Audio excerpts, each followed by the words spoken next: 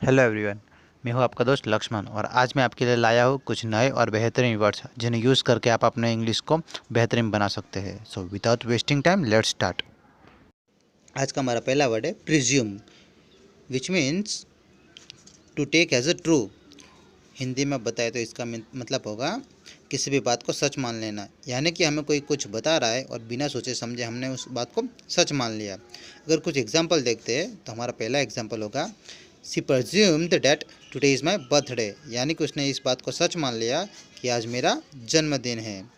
हमारा दूसरा एग्जाम्पल देखते हैं तो हमारा दूसरा एग्जाम्पल होगा my brother presumed that now I will not come from that deep hole, यानी कि मेरे भाई ने यह सच मान लिया कि अब मैं उस गहरे खड्डे में से बाहर नहीं निकल पाऊंगा।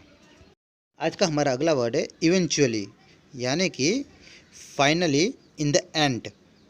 जिसे हिंदी में बताया तो कहेंगे कि अंत में। कुछ एग्जाम्पल देखते हैं तो हमारा पहला एग्जाम्पल होगा he waited for her 1.5 but eventually she did not come, यानी कि उसने उसके लिए 1 घंटे तक राह देखी बट अंत में वह न आई। हमारा दूसरा एग्जाम्पल होगा eventually India won the world cup final match, यानी कि अंत में इंडिया ने वर्ल्ड कप फाइनल मैच जीत ही लिया। आज का हमारा अगला वर्ड है subdue, which means to gain control over, यानी कि हिंदी में बताया तो इसका मतलब होगा वश में करना, यानी कि किसी भी चीज़ को या वस्तु को या जीव को वश में करना। अगर इसका एग्जाम्पल देखते हैं तो juggler know very well how to subdue snake, यानी कि मदारी को यह अच्छे से पता है कि सांप को किस तरीके से वश में करना है। हमारा दूसरा एग्जाम्पल है every wives know that how to subdue their husbands, यानी कि हर एक पत्नी को पता है कि उसके हस्बैंड को किस तरीके से वश में करना है। आज का हमारा अगला वर्ड है लाफिंग स्टॉक, जिसका मतलब होता है a person on home everybody laughs every time, यानी कि ऐसा व्यक्ति जिस पर हर व्यक्ति हर टाइम हंसता रहता है। इसे कुछ इस प्रकार भी कहा जा सकता है जैसे कि जिसकी हमेशा खिल्ली उड़ाई जाती हो। अगर हम कुछ एग्जाम्पल देखते हैं तो हमारा पहला एग्जाम्पल होगा कि there is a friend in our friend circle who always becomes a laughing stock, यानी कि हमारे फ्रेंड सर्कल में एक ऐसा फ्रेंड जरूर होता ही है जिसकी हमेशा खिल्ली उड़ाई जाती हो।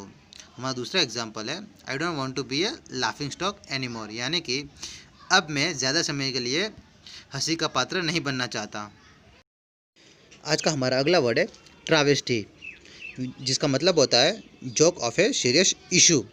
जिसे हिंदी में बताए तो कह सकते हैं किसी भी गंभीर समस्या का मजाक उड़ाना, यानी कि किसी भी इम्पोर्टेंट बात को मजाक में ले लेना। अगर एग्जाम्पल देखते तो हमारा एग्जाम्पल होगा it was a travesty of justice to remove them from their home, यानी कि उनको उनके घर में से निकाल के न्याय का मजाक उड़ाया गया था।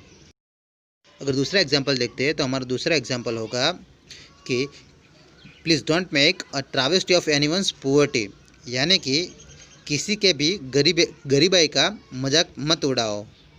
आज का हमारा अगला वर्ड है diplomacy, which means skill in dealing with other peoples, यानी कि दूसरे लोगों के साथ संबंध या रिश्ता रखने में निपुणता। अगर एग्जाम्पल देखते तो हमारा पहला एग्जाम्पल होगा failure in diplomacy leads to war, यानी कि कूटनीति में असफलता युद्ध का कारण बनती है।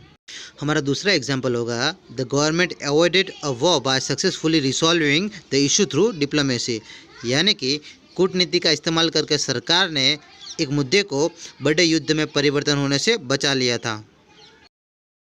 आज का हमारा अगला और आखिरी वर्ड है शेवी, जिसका मतलब होता है one who is having a practical knowledge and ability. जिसे हिंदी में बताए तो कह सकते हैं कि जिसके पास किसी भी चीज़ या वस्तु का व्यवहारिक ज्ञान और क्षमता होना। अगर इसके लिए हम कुछ एग्जाम्पल देखते तो हमारा पहला एग्जाम्पल होगा it is difficult to cheat a savvy customer, यानी कि ऐसे ग्राहक को बेवकूफ़ बनाना जिसे किसी भी चीज़ का व्यवहारिक ज्ञान और क्षमता हो वह बहुत ही मुश्किल है। हमारा दूसरा एग्जाम्पल है ही इज़ वेरी सेवी इन्वेस्टर, यानी कि वह बहुत ही व्यवहारिक ज्ञान और क्षमता वाला निवेशक है।